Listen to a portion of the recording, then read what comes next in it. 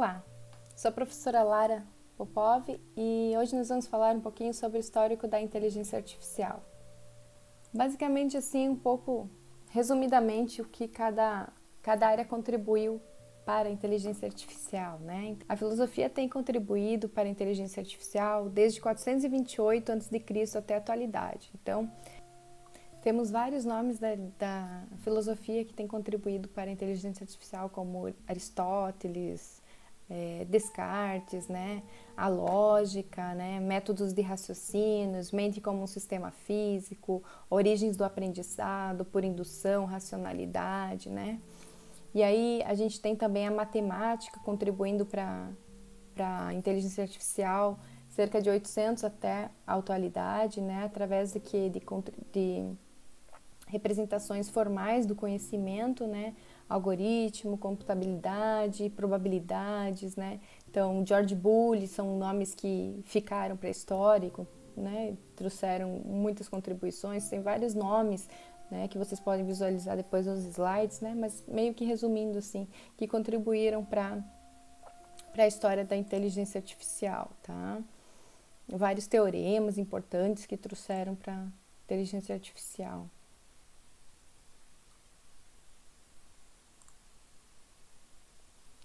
Na economia, então, cerca de 1976 até a atualidade, então teve vários conceitos também que trouxeram para a inteligência artificial. O principal deles é o conceito da utilidade, né, a teoria da decisão, né, que é o pensamento econômico, teoria da decisão, teoria da probabilidade, mais a teoria da utilidade, né, que fornecia uma estrutura formal e completa para as decisões, né, decisões e incertezas, né, que é o que ela é adequada para grandes economias, né, onde cada agente não precisa saber das decisões dos outros agentes, só de si próprio, né. Também tem a neurociência, que é uma área bem importante, que contribui muito para a inteligência artificial, né, para análise do cérebro, análise dos neurônios, né, autômatos, né. Então, apesar de a gente ter muito ainda para aprender e estar longe de compreender o funcionamento cognitivo, ela tem contribuído e vem contribuindo muito ainda para a inteligência artificial. Outra área importante, então, que tem contribuído para a inteligência artificial é a psicologia.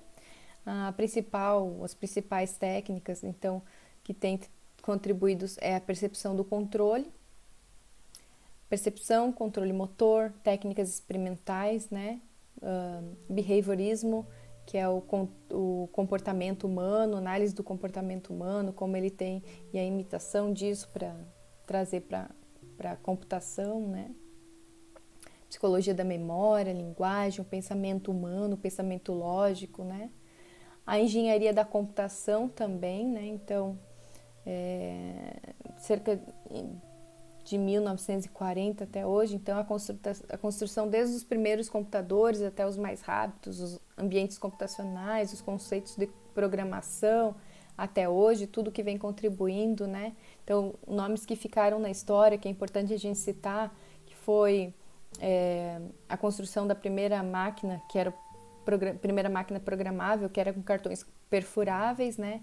Daí também teve a primeira máquina diferencial, que era a máquina analítica do Charles Babbage. Teve também a mulher que programava nisso, que é a Ada Lovelace também, que é importante citar. O que mais que a gente teve? Depois disso teve, então, teoria de controle cibernética também, que foi uma época importante, né, que pegava a teoria do behaviorismo e aplicava, né.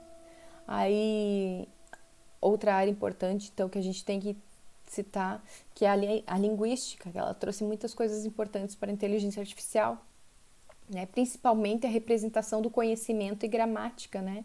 Trazida para a linguagem natural, né? A famosa NPL. E aí um pouco de datas, né? E nomes para a história da inteligência artificial. Então, o primeiro trabalho, né? Foi em 1943, do McClock e Pitts, sobre a implementação dos operadores lógicos através de uma rede neural.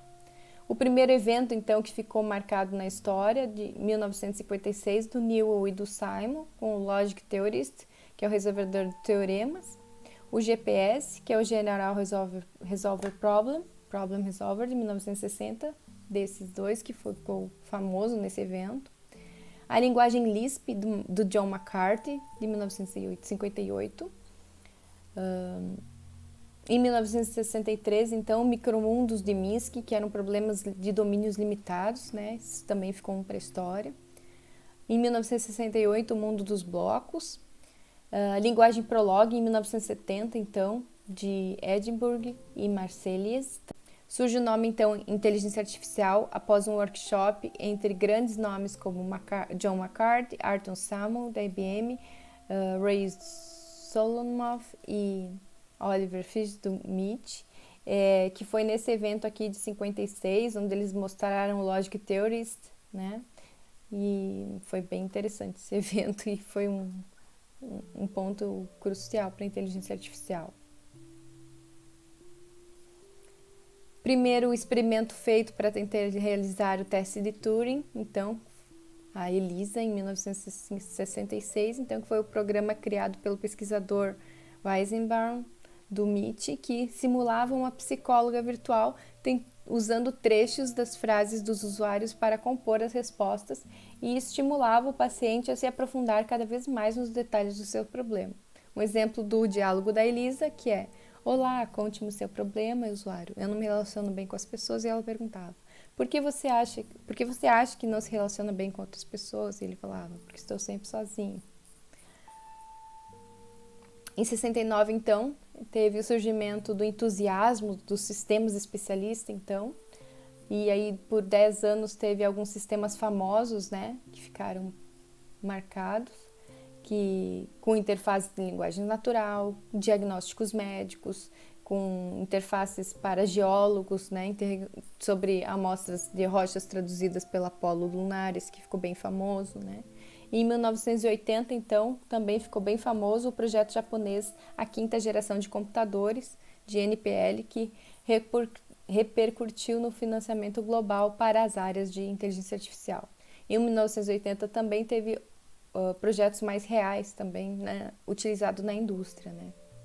Aqui tem um exemplo, o primeiro R1, o primeiro Expert System de sucesso que iniciou suas atividades no Digital Equipment, uma economia de 40 milhões de dólares por ano. Em 1997, então, teve o Deep Blue, que venceu o Kasparov com um algoritmo de busca, né, um computador de alta velocidade e um hardware específico para xadrez, né. A IA é o elemento fundamental nas mais diversas ferramentas disponíveis na internet. O Deep Blue, então, foi um supercomputador, e o software foi criado pela IBM, né? Ele foi criado especialmente para jogar o xadrez, né? Com 256 coprocessadores, capazes de analisar aproximadamente 200 milhões de posições por segundo. Em fevereiro de 96, então, o campeão do mundo, xadrez, o Kasparov, ele ganhou 3 partidas, empatou 2 e perdeu 2 contra o Deep Blue, né? Obtendo a pontuação final de 4-2, o empate de 0,5 pontos para cada um dos lados, né? A única derrota de Kasparov nesse match foi justamente na primeira partida, a qual passou a ser o primeiro jogo de xadrez em que o computador venceu um campeão do mundo sobre regras normais de tempo. Mesmo recuperando-se nos jogos seguintes, ao final do match, o Kasparov declarou que era o último humano campeão de xadrez. Talvez prevendo o que aconteceria no ano seguinte, né? Que a partir daí os computadores poderiam estar vencendo. Algumas referências, então. É isso aí, pessoal.